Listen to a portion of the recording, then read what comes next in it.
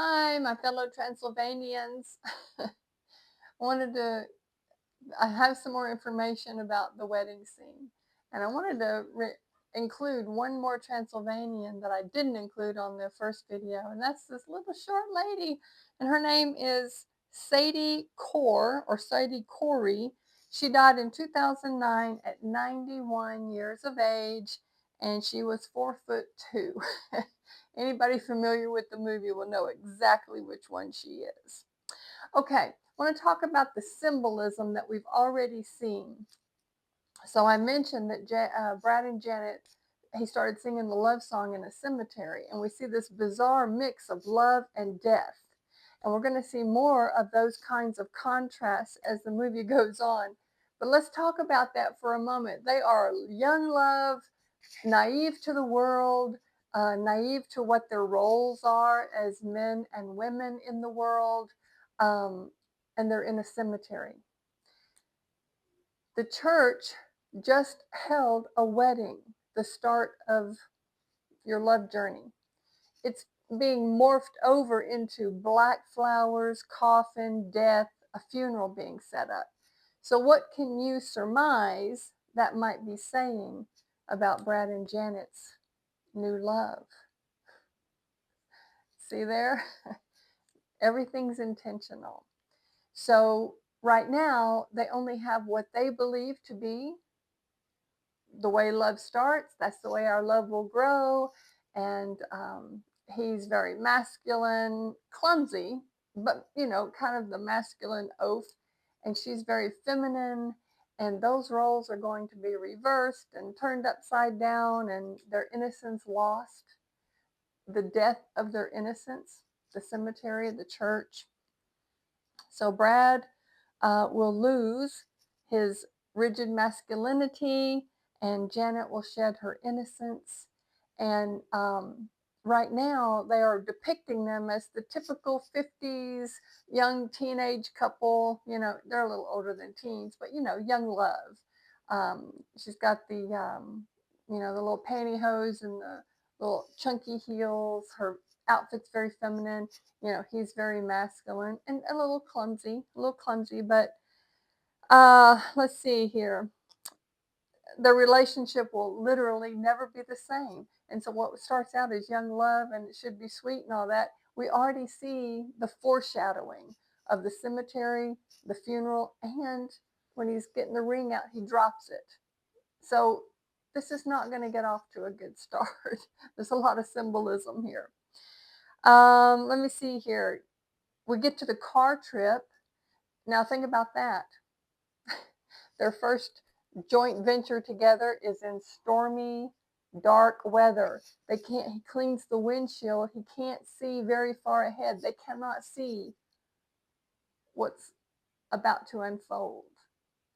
They cannot see that their lives are going to be forever changed, their innocence forever lost, their views of who they are in the world and to each other is going to change.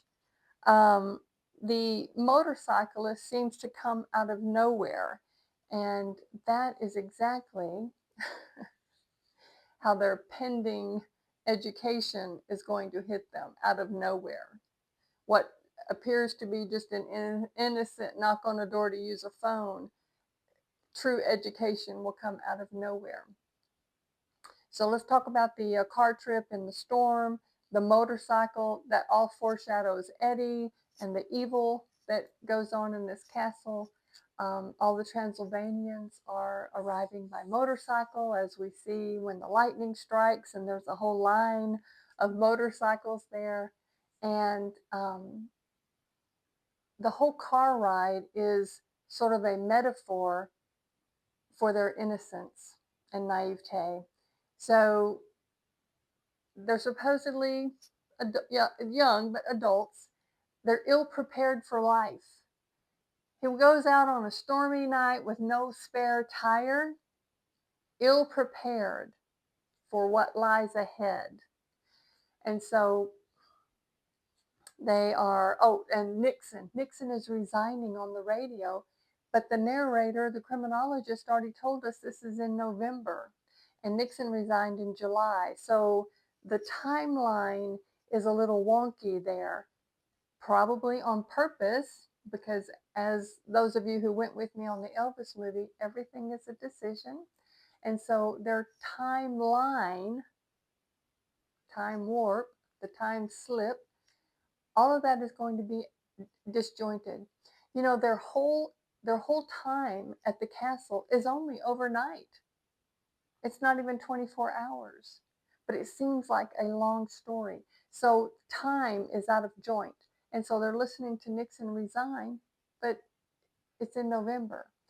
Um, right now, they only have the platitudes of what adults would say. So the motorcyclist comes and Janet says, "Gosh, where did that motorcycle come from?" You know, or "They sure take their life in their hands." And he goes, "Yes, Janet, life's pretty cheap for that type." You know, he's just spouting what he thinks the man ought to say. When they get into the castle, he's, "It's all right, Janet." He never sees the danger. He doesn't see ahead to know that he should have a spare tire, especially going out on a rainy night. He doesn't see ahead. And when we get into the castle, she's the one who's going to go, "I'm scared. This is not normal." And he's going to go, "It's all right, Janet. I'm here." And then he says dumb things to the Transylvanians. We'll get into that as we go. Let's see here. I want to make sure I don't miss anything there. Okay, let's talk about the walk up to the castle. So he said a few miles back. They're going to walk a few miles in the rain. If you notice, she's not soaking wet when they get there. Her newspaper should be shredded by now. But this is where the part in the audience, when everybody has a newspaper over their head, and in our day, some people would bring water guns, you know, and sprinkle some water in there. I'm sure the theater owners loved it. But this was the very first callback, according to Tim Curry. And he said, oh, he gave the name, and I forgot to look it up again. But anyway, the guy said, "Buy an umbrella, you cheap bitch." And that started it with everybody wanting to yell back at the screen because it just offers itself for that. So they get the sign on the gate, "Enter at your own risk," and lightning, you know, it's all the typical tropes of the old scary movies. Now, let me tell you, they say there's a light over at the Frankenstein place, and you look up and you see riffraff up in the top window. And so riffraff is up in this window in the highest part of that castle. And he's singing, "The darkness must go down the river of night's dreaming. Flow, Morpheus, slow. Let the sun and light come streaming into my life." Darkness, and we need some light. That is a universal truth.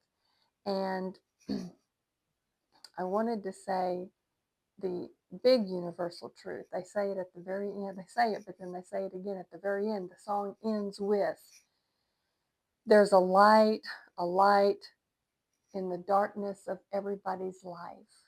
So no matter what you're going through, no matter how dark it seems, no matter how hopeless it seems, there's a light in that darkness in everybody's life. So who knew that a movie like this could have such deep meaning? And so far we have seen a warning about Brad and Janet's life. Their new love is not going to make it. It's not going to. Frank is going to strip away everything they know about life and love and their own sexuality.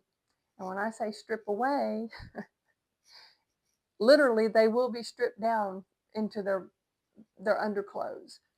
All the outer clothing from the world stripped away. Now we find out who's really there. Y'all come back. See you on the next one.